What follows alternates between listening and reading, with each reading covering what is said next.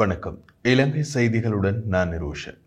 தேசிய மக்கள் சக்தி அரசாங்கத்தின் முதலாவது பாந்திடு இன்று நாடாளுமன்றத்தில் முன்வைக்கப்பட்டுள்ளது. அதன்படி அரசாங்கத்தின் வரவு செலவு திட்டத்தில் உள்ளடக்கப்பட்ட விடயங்களின் தொகுப்பாக இந்த செய்தி தொகுப்பு அமைகிறது.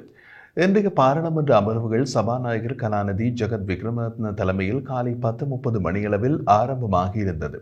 2025 ஆண்டுக்கான வரவு செலவு திட்ட முன்மொழிவின் போது ஜனாதிபதி அனுரகுமார திசாநாயக்க பல்வேறு அறிவிப்புகளை வெளியிட்டுள்ளார். அதன் அடிப்படையில் நாணயத்தாள்களின் புழக்கத்தை குறைப்பதற்கான தொடர்ச்சியான நடவடிக்கைகளை அரசாங்கம் வெளியிட திட்டமிட்டுள்ளதுடன் அனுராதபுரம் மற்றும் யாப்பகுவ போன்ற புதிய சுற்றுலா தலங்களை மேம்படுத்த 500 மில்லியன் ரூபாய் ஒதுக்கப்படும். அத்துடன் சுற்றுலாவுக்கான டிஜிட்டல் டிக்கெட்டை அரசாங்கம் தொடங்க உள்ளது. இந்த ஆண்டு நாடாளுமன்ற உறுப்பினர்களின் வாகனங்களுக்கு பணம் ஒதுக்கப்படவில்லை என்பதுடன் அவர்களுக்கும் வாகன அனுமதிகள் கிடைக்காது. அத்துடன் அரசாங்கத்திற்கு சொந்தமான சொகுசு வாகனங்கள் இந்த ஆண்டு மார்ச் மாதம் ஏலம் விடப்படும். ஆராய்ச்சி மற்றும் புதிய கண்டுபிடிப்புகளை வணிகமயமாக்குவதற்கும் 1 பில்லியன் ரூபாய் ஒதுக்கீடு செய்யப்படுகிறது.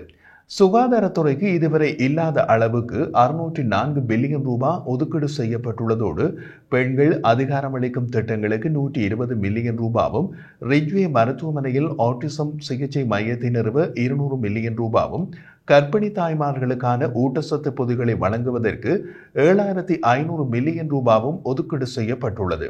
மேலும் திரிபோஷா வழங்குவதற்காக 5000 மில்லியன் ரூபாவும் ஒதுக்கீடு செய்யப்பட்டுள்ளது.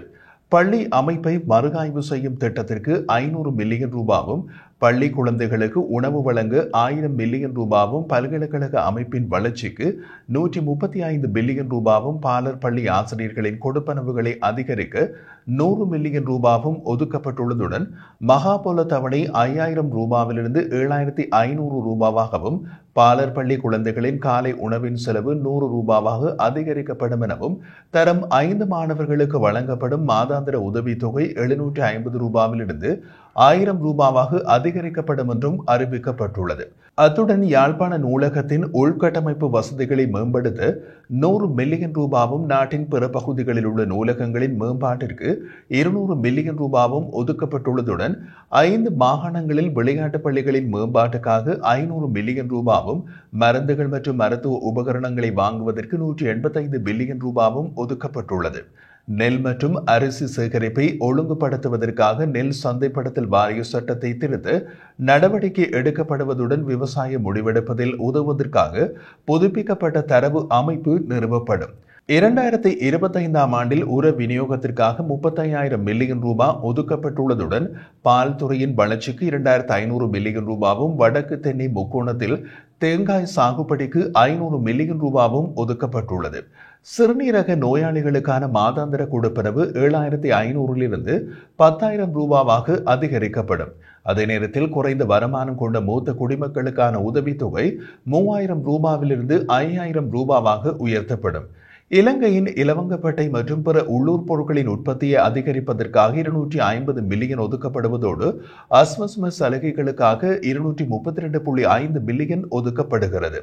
திருகோணமலையில் உள்ள 61 எண்ணெய் தொட்டிகள் சர்வதேச கூட்டாளர்களோடு இணைந்து உருவாக்கப்படும். அதே நேரம் நன்னீர் மீன்பிடி தொழிலின் வளர்ச்சிக்கு 200 மில்லியன் ரூபாய் ஒதுக்கீடு செய்யப்படுகிறது. போதைப்பொருள் அச்சுறுத்தலை ஒழிக்கும் திட்டத்திற்கு 500 மில்லியனும், சதோச கடைகள் மூலம் பண்டிகை காலத்திற்காக உலர் உணவு பொதியை வழங்குவதற்காக 1000 மில்லியனும், மூத்த குடிமக்களுக்கு அதிக வட்டி விகிதங்களை வழங்க 15 பில்லியனும், கிராமப்புற பாலங்களை மேம்படுத்த 1000 மில்லியனும் ஒதுக்கப்படும். வடமாகாணத்தில் கிராமப்புற சாலைகள் மற்றும் பாலங்களுக்கு 5000 மில்லியன் ஒதுக்கப்படும். அதே நேரம் வட்டுவாகல் பாலத்தின் கட்டுமான பணிகளை தொடங்குவதற்கு 1000 மில்லியனும் ஒதுக்கப்படுகின்றது. குற்றம் சாட்டப்பட்ட குழந்தைகளை நீதிமன்றங்களுக்கு கொண்டு செல்வதற்கான வாகனங்கள் வாங்குவதற்கு 250 மில்லியன் ரூபாவும், குழந்தைகள் இல்லங்களில் குழந்தைகள் நலனுக்காக 1000 மில்லியன் ரூபாவும், அனாதையான ஒவ்வொரு குழந்தைகளுக்கும் நிரந்தர மற்றும் பாதுகாப்பான வீடுகளை கட்டுவதற்கு 1 மில்லியனும் ஒதுக்க முடிவெடுக்கப்பட்டுள்ளது. அத்துடன் குழந்தைகள் இல்லங்களில் உள்ள ஒவ்வொரு குழந்தையின் கணக்கிலும் மாதந்தோறும் 2000 வரவு வைக்கப்படும். மேலும் குழந்தைகளின் பாதுகாவலர்களுக்கு 3000 வழங்கப்படும். தேசிய இலங்கை தினத்தை கொண்டாடுவதற்காக 300 மில்லியனும் குறைந்த வருமானம் கொண்ட குடும்பங்களுக்கான வீட்டு திட்டங்களை புதுப்பிக்க 1000 மில்லியனும் மேல்குடியேற்றத்திற்காக 1500 மில்லியனும் ஒதுக்கப்படுகிறது. ரயில் போக்குவரத்து நவீனமயமாக்கலுக்கு 500 மில்லியனும், தூய்மையான இலங்கை திட்டத்திற்கு 5000 மில்லியனும், மனித ஜானி மோதல்களை குறைப்பதற்கு 300 மில்லியன் ஒதுக்கப்படுவதோடு இழப்பீட்டிற்காக 250 மில்லியனும் ஒதுக்கப்படுகிறது. அத்துடன் பரவலாக்கப்பட்ட பட்ஜெட் மூலம் ஒவ்வொரு நாடாளுமன்ற உறுப்பினருக்கும் 1 மில்லியன் ஒதுக்கப்படுகிறது. ஸ்ரீலங்கன் ஏர்லைன்ஸின் நீண்டகால கடனை நிவர்த்தி செய்ய ஒரு புதிய திட்டம் உருவாக்கப்படுவதோடு கிழக்கு மாகாணத்தின் பொருளாதார மேம்பாட்டிற்காக இந்திய அரசாங்கத்தின் ஆதரவை பெறுவதற்கான திட்டங்களோடு முன்மொழிவுகளும் சமர்ப்பிக்கப்படும். அதே நேரம் அரசாங்கம் அரச ஊழியர்களுக்கான சம்பள உயர்வை அறிவித்துள்ளது. அடிப்படை சம்பளத்தை 24,250 ரூபாவிலிருந்து 40,000 உயர்த்துவதோடு இந்த ஆண்டு சம்பள உயர்வுக்காக 110 பில்லியன் ஒதுக்கப்படுவதாகவும் அரசு துறை ஆட்சேர்ப்புக்காக 10,000 மில்லியன் ஒதுக்கப்படும் என்றும் கூறப்பட்டுள்ளது. மேலும் தனியார் துறை ஊழியர்களின் அடிப்படை சம்பளத்தை இந்த ஆண்டு ஏப்ரல் தொடங்கி 21,000 ரூபாவிலிருந்து 27,000 ஜனவரி 2026க்குள் 30,000 உயர்த்துவதற்கு தனியார் துறை முதலாளிகள் ஒப்புக்கொண்டுள்ளனர். தோட்ட தொழிலாளர்களுக்கு 1,700 ரூபாய் தினசரி ஊதியம் வழங்குவது செயல்படுத்தப்படுவதோடு ஜனவரி 1, 2020 முன்பு அனைத்து ஓய்வு பெற்றவர்களுக்கும் ஓய்வூதிய உயர்வுகளும் 3 கட்டங்களாக செயல்படுத்தப்படுகிறது. வரி ஏய்ப்பு மற்றும் சட்டவிரோத நிதி நடவடிக்கைகளை தடுக்க நடவடிக்கை எடுப்பதன் மூலம் வரி செலுத்துவோரின் ஒவ்வொரு ரூபாவுக்கும் அரசாங்கம் நீதியை உறுதி செய்யும் அதே நேரம் அனைவரும் லஞ்சம் வாங்க பயப்படும் ஒரு சமூகத்தை உருவாக்குவதாகவும் ஜனாதிபதி உறுதியளித்துள்ளார். 2025 பிப்ரவரி 1 தொடங்கப்பட்டு மோட்டார் வாகன இறக்குமதியின் தாராளமயமாக்கல் 2025 ஆண்டுக்கான வருவாய் ஆதாயங்களில் பெரும்பகுதியை வழங்கும் என்று எதிர்பார்க்கப்படுகிறது என்றும் ஜனாதிபதி குறிப்பிடுகிறார். முந்தைய நிர்வாகத்தால் ஒப்புக்கொள்ளப்பட்ட இம்போர்ட்டட் வாடகை வருமான வரியை அரசாங்கம் பின்பற்றுவதில்லை என்று ஜனாதிபதி அனுரகுமார திசாநாயக்க அறிவித்துள்ளார். வணிகங்கள் முழுவதும் குறிப்பாக வட் பதிவு செய்யப்பட்ட நிறுவனங்களில் விற்பனை புள்ளி இயந்திரங்களை பயன்படுத்துவது டிஜிட்டல் பரிவர்த்தனைகளை எளிதாக்குவதற்கும் பண சார்பு நிலையை குறைப்பதற்கும் ஒரு முக்கிய முயற்சியாக செயல்படுத்தப்படும் என்றும் ஜனாதிபதி கூறினார். வரி கொள்கை நடவடிக்கைகள் 2025 ஆண்டில் இலங்கையின் மொத்த உள்நாட்டு உற்பத்தியில் 15.1% வருவாய் இலக்குகளை அடைய உதவும் என்று எதிர்பார்க்கப்படுகிறது என்று ஜனாதிபதி அனுரகுமார திசாநாயக்க கூறினார்.